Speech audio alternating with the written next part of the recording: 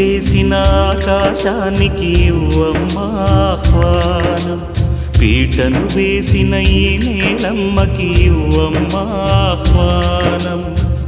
నువ్వు రామ్మా ఓ వేదమా, విడాకుల పత్రిక అందుకుని వెంటనే వేంచేయుమా, దంపతుల విడదీసే మంత్రం కొత్తగా నేర్చుకోవమ్మా.